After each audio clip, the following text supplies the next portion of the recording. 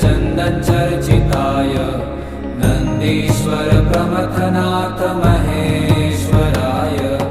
मन्दार पुष्प बहु पुष्प सुपूजिताय तस्मै